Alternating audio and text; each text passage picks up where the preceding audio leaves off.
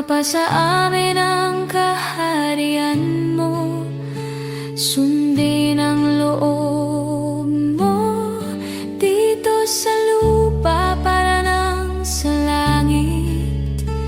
Bigyan mo kami ngayon ng aming kakanin sa araw-araw, at patawarin mo kami sa aming mga sala, para ng pagpapatawad namin sa nagkakasala sa amin. At huwag mo kaming ipahintulot sa tukso, at iadya mo kami sa lahat ng